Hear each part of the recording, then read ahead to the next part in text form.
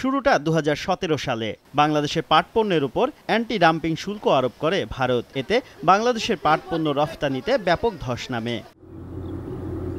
এবার আরেক দুশ্চিন্তা পাট বীজ নিয়ে। পাট উৎপাদনে বিশ্বে বাংলাদেশের অবস্থান দ্বিতীয়, তবে বীজের জন্য ভারতের উপর নির্ভরশীল। আর এই সুযোগটাই কি নিচ্ছে প্রতিবেশী দেশটি? কৃষিখাত নিয়ে ভারত বাংলাদেশ ভার্চুয়াল বৈঠক শেষে কৃষিমন্ত্রী আব্দুর রাজ্জাক জানালেন, পাট বীজ রপ্তানি নিয়ে ভারতের মনোভাবের কথা, তবে কেন বন্ধ করা হচ্ছে সে বিষয়ে স্পষ্ট কোনো উত্তর নেই তাদের কাছে। অনিয়ন নিয়ে যে সমস্যা, আমাদের বীজের সমস্যা আছে। ইন্ডিয়া এই বছর অনিয়ন বীজের উপরে আবার রেস্ট্রিকশন দিয়ে দিছে। ভারত এখানে ভারতের বীজ করতে দিবে না। এই পেঁয়াজের উপর যেমন দিছিল, এখন পেঁয়াজের বীজের উপরে আবার রেস্ট্রিকশন দিয়েছে।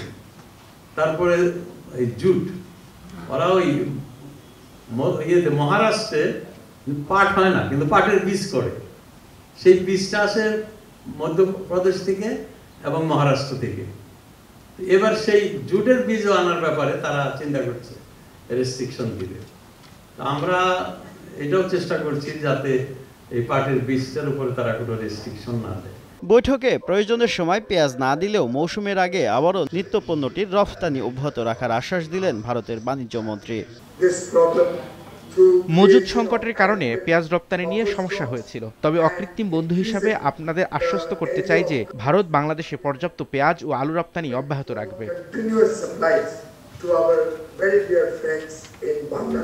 তবে বাণিজ্য মন্ত্রী টিপু মুনশি সাফ জানালেন, পেঁয়াজ উৎপাদনে স্বয়ংসম্পূর্ণতা অর্জনের পথে এখন বাংলাদেশ। কৃষিমন্ত্রী মহোদয় আছেন, আমরা দুজনে মিলে মিটিং করেছি, আলু নিয়ে মিটিং করেছি, এই পেঁয়াজ নিয়ে আমরা খুব চেষ্টা করছি নতুন ধরনের পেঁয়াজ যাতে করে আমাদের আগামী বছর আমরা মনে করি না যে ভারতের উপর আমাদের খুব ডিপেন্ডেন্ট হতে হবে।